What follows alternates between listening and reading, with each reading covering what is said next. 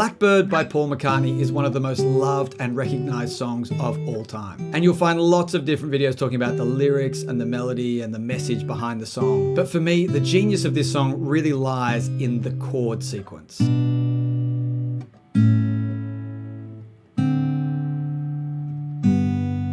We're often looking for new and interesting or more complex chords to spice up our songwriting. But there's a type of chord that is one of the most beautiful sounds in music, and it uses only 2 notes. So in this video, I want to show you these beautiful, simple 2-note voicings, and I want to talk about them through the lens of Blackbird, which is primarily constructed of these 2-note chords. And after that, I'll demonstrate some really practical ways you can use these chords in your own songwriting.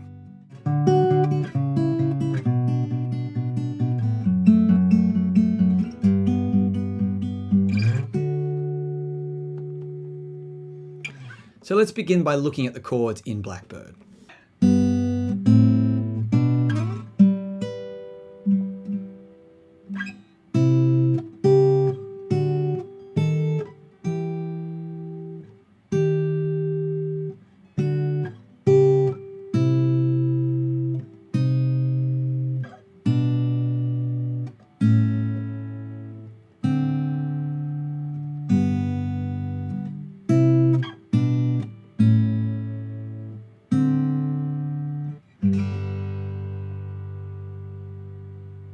So that's a really simplified breakdown of the chords that Paul McCartney is using in Blackbird, just so you can clearly hear each of those chord shapes as I move around.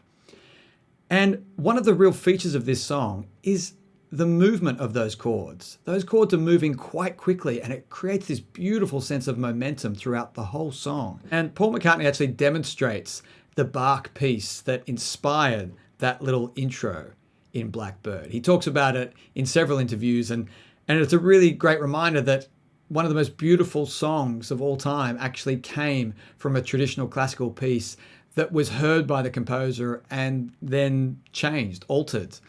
We have to remind ourselves that even the best songwriters listen to other songs and take elements of them and modify them and make it their own. That's really how songwriting has always been and continues to be. But what I really want to talk about is Paul McCartney's choice of inversion, the way he's choosing to lay these chords out on guitar, and talk about some of the reasons he might have done that. So before we dive into that, let's quickly talk about the way most of us learn chords.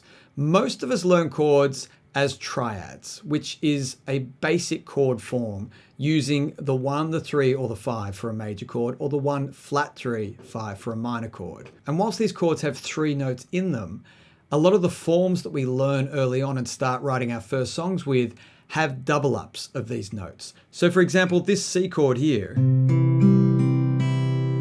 has the 1, the 3, the 5, the 1, and the 3.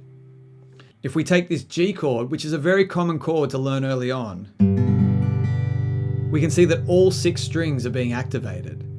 But there's still only 3 notes in this chord.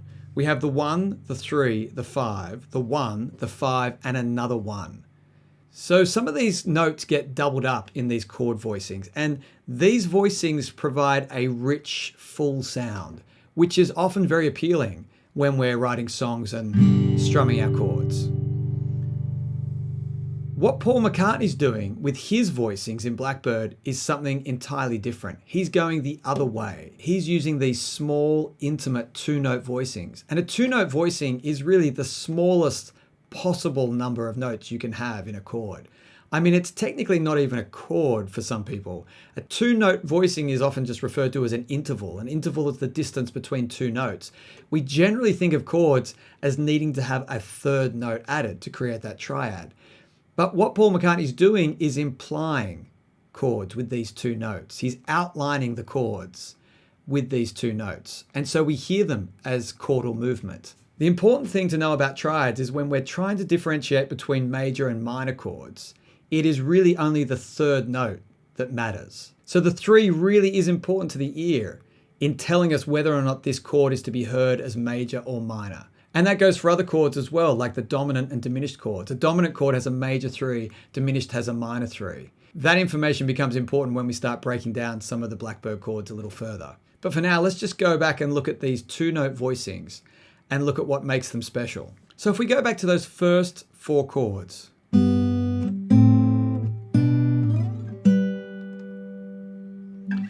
first one has a G root note and an open B string.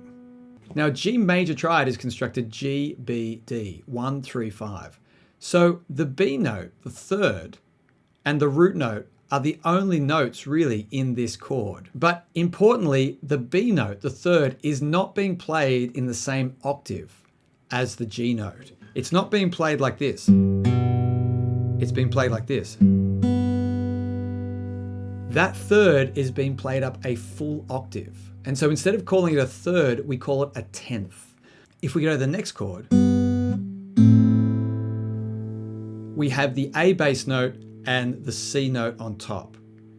That is also a distance of a tenth. Here we have A, C, E, where the C is a flat 3 in relation to A, which creates the A minor triad. But it is again separated by that octave.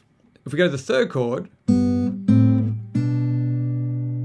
we get a B in the bass and a D on top. And this could imply either a B minor, where we have the B in the bass and the D on top as the minor third up an octave, or it could also imply a G chord being played off the B note. Either way, we have again that interval of a tenth or a minor tenth.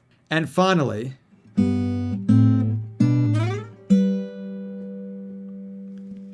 this time we're way up the neck, playing a G note in the bass and a B note on top. So you can see that if we're looking at the architecture of Blackbird, it really is constructed of a series of these tenth intervals, played either as a major tenth or a minor tenth. And I've created a free PDF showing these two-note voicings laid out across the guitar in different keys and across different strings. So if you're interested, you'll find the link below. But the question is why? Why did Paul McCartney use these small, intimate two-note voicings instead of the fuller, richer options that we hear in most songs? Well, as you can hear, these two-note voicings are very uncluttered. You get a lot of clarity because we can hear each of the two notes ringing out very clearly. And this clarity and lack of clutter has some huge advantages in songwriting. Firstly, the ease with which we can get our fingers into position to play these chords makes them very movable. Secondly, the openness of the sound and the lack of clutter leaves a lot of space for other musical elements. So if you're creating a chord sequence using these two-note voicings, there's a lot of room left for rhythmic elements, lyrical and melodic elements, or any other kind of arrangement that you want to create, because the space hasn't been filled entirely with all of this harmonic information. And if we look at the second set of chords in Blackbird, you can really see the advantage of these small voicings. I'm talking about this section here.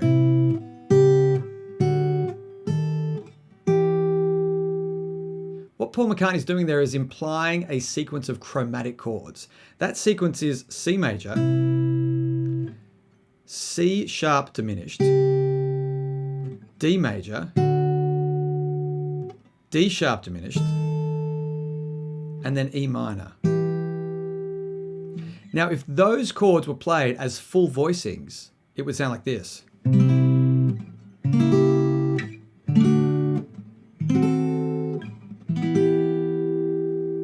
And that sequence of chords there, if we play it a little faster,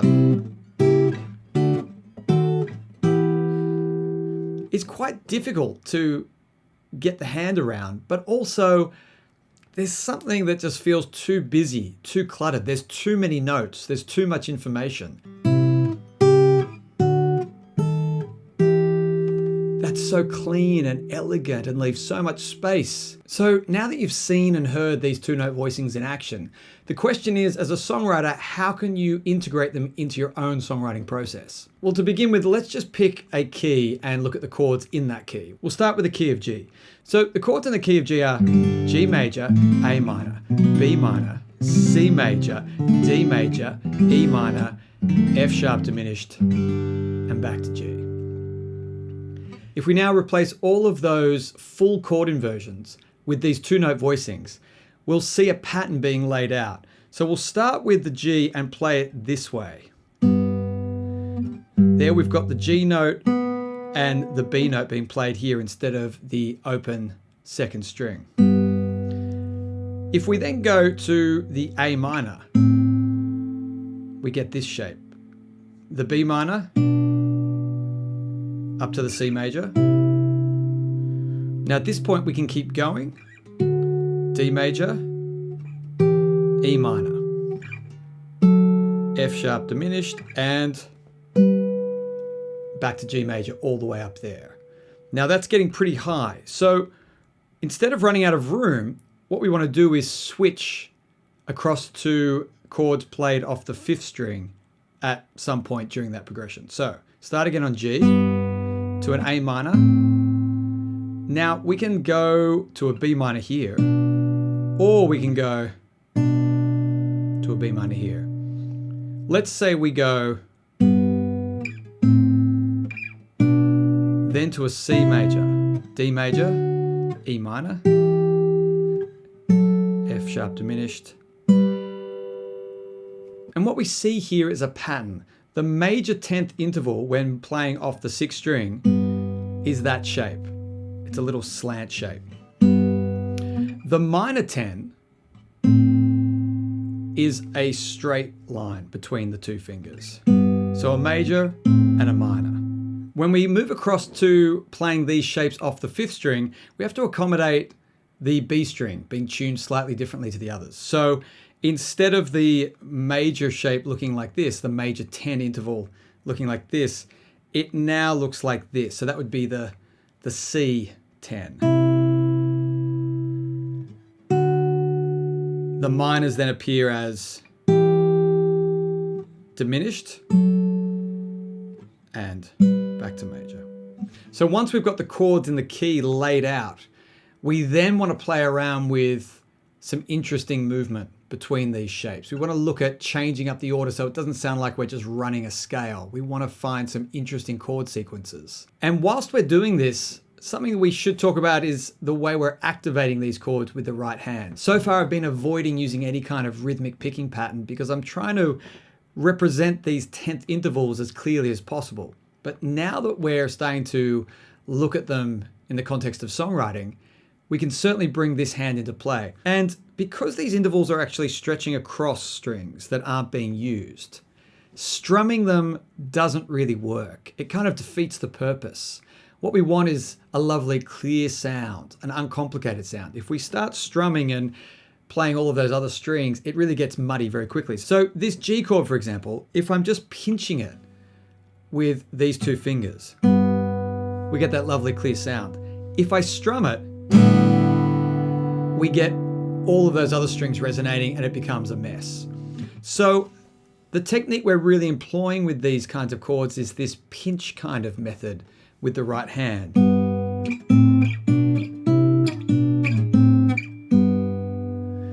Now, what we can start to do is, instead of just pinching them, we can start alternating them. Rather than playing them at the same time, we can start going thumb, finger, and we get this kind of sound.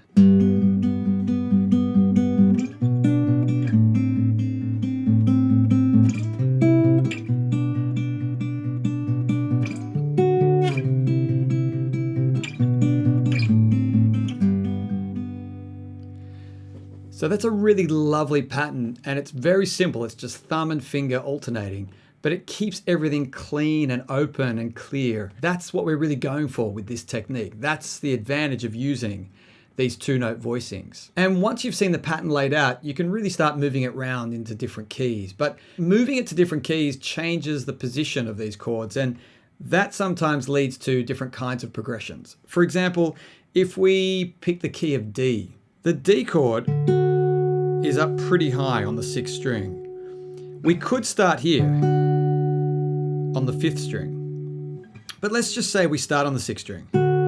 Because there's not much room to move up the neck, this lends itself nicely to a descending kind of chord sequence.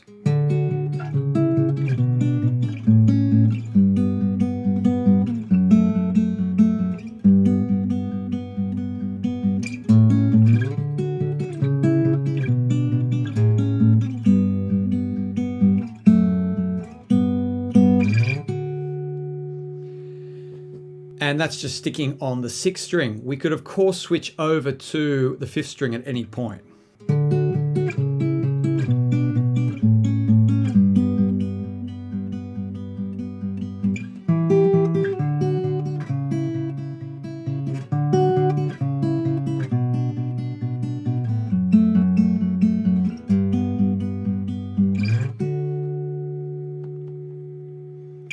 So all of the chords you're hearing there are diatonic, as in they're all in the same key. In Blackbird, we heard Paul McCartney using some non-diatonic chords, chords from outside of the key. That one. That one. That one. That one. That one. That one.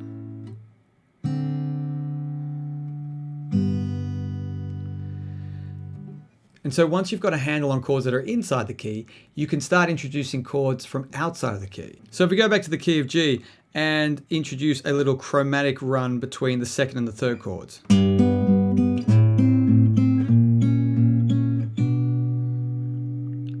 We can also do things like take the 4 chord and make it minor, and it's so easy to do with these little forms because all we have to do is change the shape of it from this to this.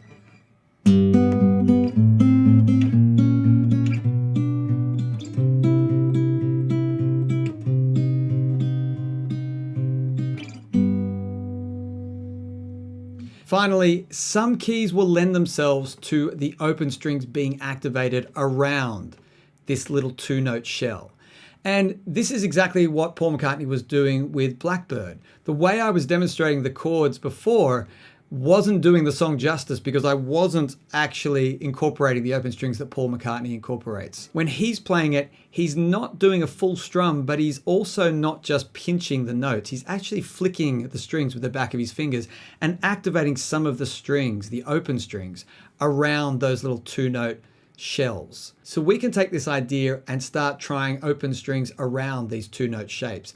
And in some keys, this creates a really beautiful sound. For example, if we go to the key of E,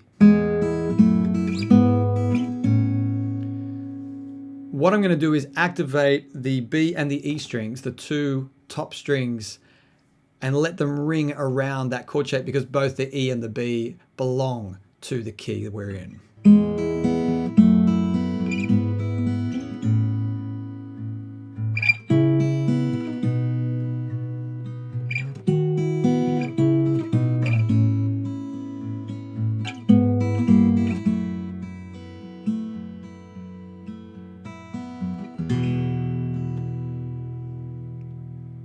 And you'll find as you do this more and more, it fundamentally changes the way you look at your guitar as a songwriting instrument. It changes the way you think about chords on guitar.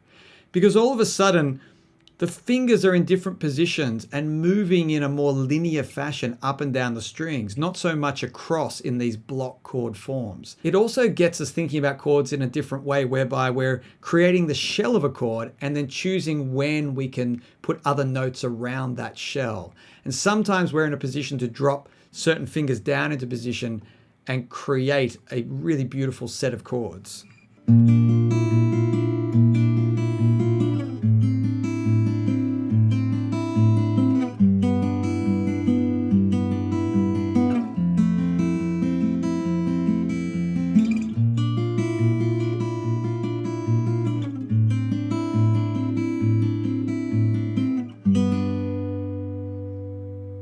So it really is true that sometimes less is more. And in the case of these 2-note voicings, less notes means more clarity, more maneuverability, and more options for us as songwriters.